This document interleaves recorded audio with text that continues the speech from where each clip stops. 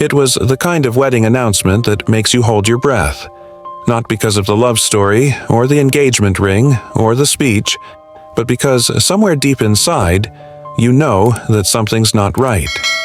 She said it with a big smile, on a Zoom screen full of smiling faces. My niece, bright-eyed, beaming, told us she already had the perfect venue for her wedding, the castle. Only she hadn't asked. Not yet, she just said it, declared it like a done deal, that she and her fiancé wanted to have their wedding at our place, at the castle. I froze, and I smiled. Because what else do you do when your niece just announced her plans to host a 70-person wedding at your home? A home she doesn't own, a home she didn't build. While everyone on the Zoom call claps and congratulates her, you smile, you bite your tongue, and later, when it's quiet, you sit with the weight of it. Let me tell you what the castle really is. 28 years ago, my wife and I pooled our savings, most of it from the inheritance I received after my father passed. We didn't want luxury. We didn't buy yachts or mansions. We bought ruins, a derelict farmhouse in southern Europe, with crumbling stone walls and wild grass growing through the floors. But it had a turret, just a little one. And that was enough for our daughter, who was 3 at the time, to point at it and say, "It's a castle." The name stuck. So did the dream. We kept our home modest in our native country, choosing instead to invest time, sweat, and years into rebuilding the castle. Slowly, with every vacation, every spare dollar, we shaped it into something that didn't just resemble a house, but felt like a legacy. 5 bedrooms, a small pool, olive trees stretching into the hills. It's not massive, but it's ours. And more than just ours, it's our paradise. For decades, we welcomed family and friends to visit, to stay, to build their own memories in the place we'd poured our hearts into. We asked for nothing in return. Just one rule. The master bedroom was off limits. It's not just a room. It's the top floor of the house. Our belongings are there, our photos, our past. That room has seen 20 years of marriage, of joy and grief, of whispered dreams and quiet comfort. It's sacred. Everyone respected that rule, until the wedding. After the Zoom celebration, my niece texted me to follow up. All enthusiasm, no question marks. She wanted to reconfirm the plans. The bridal party would stay in the house, guests would be shuttled from town, and she and her fiancé would stay in the master suite. My master suite. My wife and I would, of course, need to find alternate accommodation.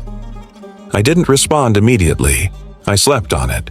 I sat beside my wife in the same room my niece wanted to claim, and we talked about it like people who had spent half their lives building something real. And then I texted back. I was polite, respectful, but clear. I said we weren't comfortable having anyone stay in the master. I said the venue was really too small for a guest list of 70 unless they had permission to use the fields next door, which, by the way, we don't own. I even offered a compromise.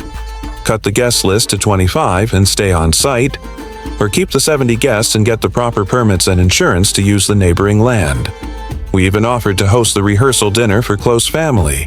She rejected all of it, said it wasn't what she dreamed of, said we were ruining her wedding.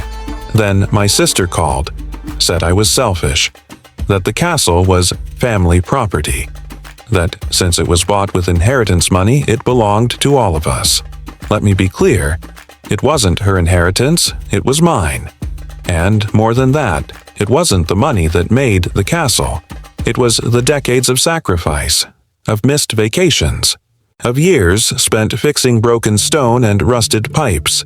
It was the fact that my wife and I made a decision to create something lasting, when we could have spent that money on anything else. We were called the villains for not making an exception. My son, sweet as he is, told me we should just grin and bear it for one weekend. Let her have her dream. I asked him what he'd do if someone told him to hand over his bedroom, his bed, his entire home, for a party he wasn't even staying for. He didn't answer. The thing about boundaries is, people are fine with them until they want something, and then they act like your refusal is cruelty instead of what it really is, a line in the sand.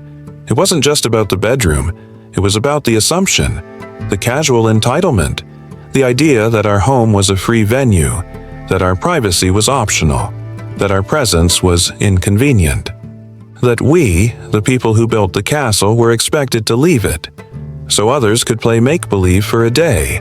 And here's the part that hurt the most.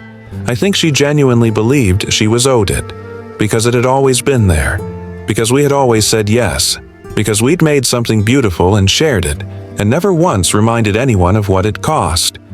But saying yes too long can make people forget they ever needed to ask. We offered every reasonable compromise. She chose none of them. She chose all or nothing. So now, it's nothing. The calls have stopped. My sister won't speak to us. My niece hasn't replied to our last message. And the castle, the home we built for peace and family and love, feels quieter than usual. But not empty. Because for the first time in a long time, I remembered why we built it. It wasn't for weddings. It was for us. For our children. For a life built on respect. And if that's not enough to be invited to their version of a dream, then maybe we were never really part of it to begin with. So, am I the asshole? Maybe to some, I am. Maybe to the ones who wanted a castle for a day. But to the ones who know what it means to build something from nothing, to draw boundaries and hold them. I hope you'll understand. Because a home isn't just walls and land. It's the story of the people who chose it, who fought for it, who made it matter.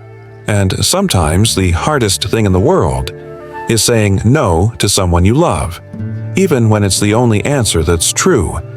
Sometimes the loudest accusations come from the ones who feel the most entitled. But entitlement isn't love, it's not gratitude, and it's definitely not family. The story isn't just about a wedding venue. It's about the quiet ways people twist generosity into obligation, how a gift given freely becomes a debt in someone else's eyes, how no becomes betrayal, even when it's spoken gently. But boundaries matter, especially when you've spent your life building something that no one else will ever understand the weight of. To anyone out there feeling pressured to make yourself small for someone else's big day, remember this. You are allowed to protect what you've built. You are allowed to say no, even when it disappoints people. And if someone calls you selfish for doing so, ask yourself who really is. We want to hear from you. Have you ever felt pressured to give up something personal for someone else's dream? Tell us in the comments. And remember, you don't owe your peace to anyone who treats your kindness like a transaction. Thanks for listening. This was AITA Stories.